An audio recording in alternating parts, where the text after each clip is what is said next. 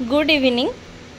আমি কাজে গেছিলাম, কাজ থেকে ফেরার পর মা দিয়েছে এই যে লিকার চা, মা আর আমি খাবো। সঙ্গে মা একটু পাঁপড় ভেজেছে। ঠিক আছে, এই পাঁপড় শব্দ করে খেতে পারবে না এমন জন পৃথিবীতে নেই। এই পাঁপড় খেলেই শব্দ হবে। তো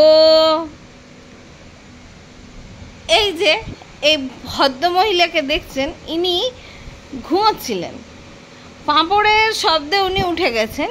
উনি পাঁপড় খাবেন, উনি পাঁপড় খাবেন। পাঁপড়, আপনি পাঁপড় খাবেন? আপনি পাঁপড় খান? আপনি কি পাঁপড় খান? এই যে আপনি কি পাঁপড় খান? খান পাঁপড়? হ্যাঁ রে, ডগ্গ কখনো পাঁপড় খায়? তুই ডগ্গ না, পাঁপড় খাবি? তেলের জিনিস খেলে না শরীর খারাপ হবে, তখন বুঝবি ঠেলা। সারাদিন গা চুলকোবে, পা চুলকোবে, বাজে বাজে। আবার খাবি? আর দেবো না। আচ্ছা, আবার নতুন আপডেট হচ্ছে, উনি আজকাল ফ্রিজ থেকে জল বার করে না দিলে উনি জল খাবেন না। আমরা যে বোতলে জল খাবো সেই বোতলের জল ওনাকে দিতে হবে। তুমি ডগ্গ না তুমি মানুষ? কোনটা?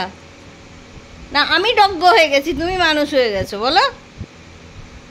ব্রাউনি, ব্রাউনি তাকাও এদিকে, তাকাও তাকাও, সবাই দেখতে চাইছে তোমাকে।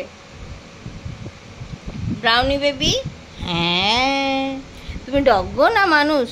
আমি ডগ্গ বাবা। হ্যাঁ তাই তো, তাই তো।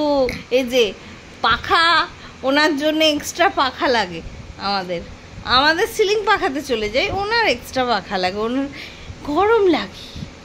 আমাদের তো এসি নেই, ওনার গরম লাগে তাই। হ্যাঁ তাই তো, হ্যাঁ। ও পাঁপড় খেতে এসেছেন, কি অবস্থা। এই চা পড়ে গেলে না তোকে আমি পরিষ্কার কর। ইস, আমাকে চাটা তুই খেতে দিবি না? চা খাবি? চা খাবি? একটু খাবি চা? চা খাবি? চা খাবে না বেটা, একটু করে সকাল থেকে আরম্ভ কর চা খাওয়া। এই যে ওনার দিদার কাছে উনি সরে বসলেন যাতে দিদাও একটা দুটো দিতে পারে ওনাকে। ডগ্গ কোথাকার।